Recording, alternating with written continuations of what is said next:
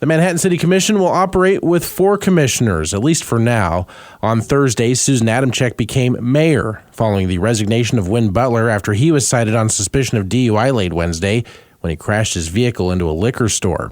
Candlewood liquor store owner Mike Irvin says he and his wife Lisa were not present at the time of the crash Wednesday night. We were called by our employee. He said he was sitting in the back eating his supper and heard a crash, looked up at the security camera and came out, and there was a vehicle that drove through the window. And so he just went to check on the individual and just make sure that he was okay. And then they called us and we got here. And of course there was first responders here and police officers here, and we had a big mess to clean up. No one was injured. Repairs were being made on Thursday. RCPD estimated the damage would be well over $1,000. Commissioners will not be meeting next week for their work session, so it's likely that no discussion on how to proceed with filling that vacancy will happen until May 21st. Options could include a special election in November to fill out the remaining term, which expires in January 2026. The balance of political power on the commission had already been skewed toward a more liberal and progressive majority. That now becomes even more skewed, with John Mata now being the lone conservative voice remaining on the commission. The commission is being tasked this year with not only filling a seat on the commission now, but also hiring a new city manager for the first time in a quarter century.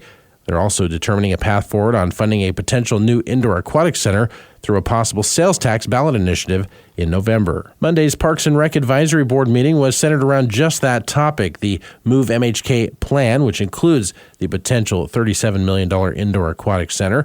The public was sharply divided, with several stating their opposition at Monday's meeting because of a multitude of reasons, such as cost and location. The size of the project was the biggest concern for resident Kathy Jebeltowski. There's no way you can build a modest-sized building that will have a 50-meter pool, a diving well, and a leisure pool. That's still going to have to be a huge building. So please take that into consideration. Other residents supported the plan, calling on the board to adopt it and send it to the City Commission for final approval.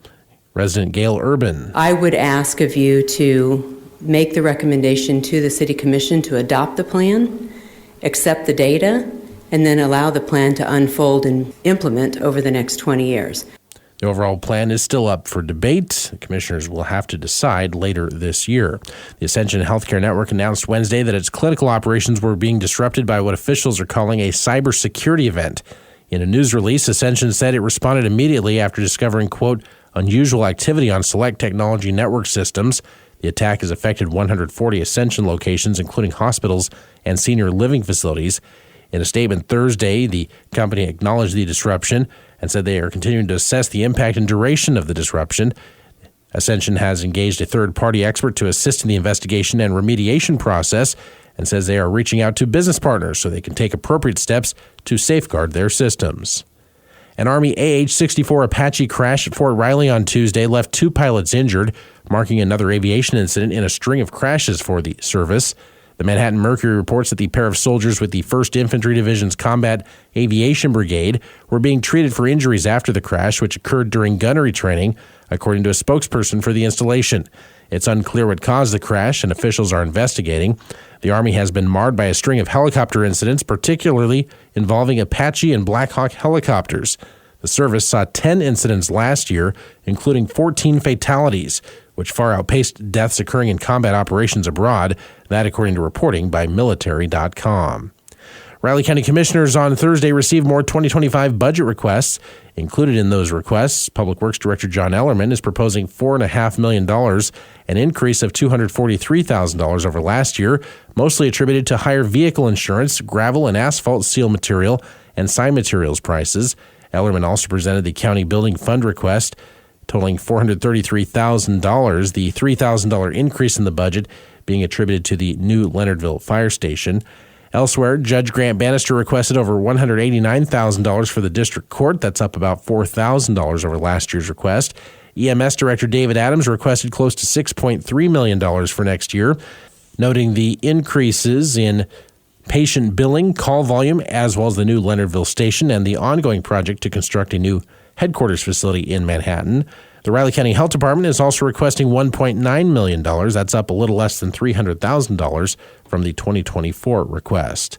USD 323 Rock Creek schools are planning to unveil a strategic plan in the next couple of weeks to help with ongoing growth in the district. Superintendent Joan Semino says that will occur on May 21st. We had hired a Dr. Kent Stewart to come out and do an enrollment trend study for us, so we're going to take a look at that. I did a facilities assessment on the district so people would understand what condition the buildings are in this district, so that can be a part of that conversation. So we'll review that current facilities assessment. Then I'd like to discuss programs that the community in the surrounding area is interested in us offering to make sure that the kids who graduate. Semino says the goal is to have a long-term plan for future growth in the district. By the way, it is also graduation weekend for Rock Creek seniors. Good morning, I'm Mitch Fortner with sports. K-State men's basketball has landed another guard out of the transfer portal. Cal State Fullerton's 6'4" guard Max Jones committed to K-State on Thursday. In 2 seasons at Cal State Fullerton, Jones has averaged 14 points, 4 rebounds, 2 assists in 56 games. And like the other guards transferring into K-State, Jones can hit threes, shooting 39% and making 76 threes as a Titan. He was named an All-Big West honorable mention selection in the 22-23 season. Jones is the 5th transfer portal commit for K-State. He joins Doug McDaniel, C.J. Jones, Brendan Housen, and Bay Fall as the transfer portal commits for K-State. He has 1 year of eligibility remaining. Yesterday, Rock Creek High School hosted the Mid-East League track meet. Rock Creek girls finished in first, the boys were in second. That is notable because that will be the very last Mid-East League event in the league's history. The league was formed in 1948, 76 years ago. Beginning in the 2024-25 school year, the Mid-East League and the Big Seven will merge to make the Big East League. Dyron Blanco had 3 hits, including a 2-run homer in the 3rd inning. Michael Waka picked up his first win in over a month, and the Kansas City Royals rolled to a 10-4 victory over the LA Angels on Thursday night on the road. Vinny Pasquantino also had a 2-run home run in the 3rd and drove in 3 runs for the Kansas City Royals, who have won 3 of their last 4 and improved their record to 23-16. Game 2 of 4 in LA is tonight. First pitch at 8:38. I'm Mitch Fortner with sports.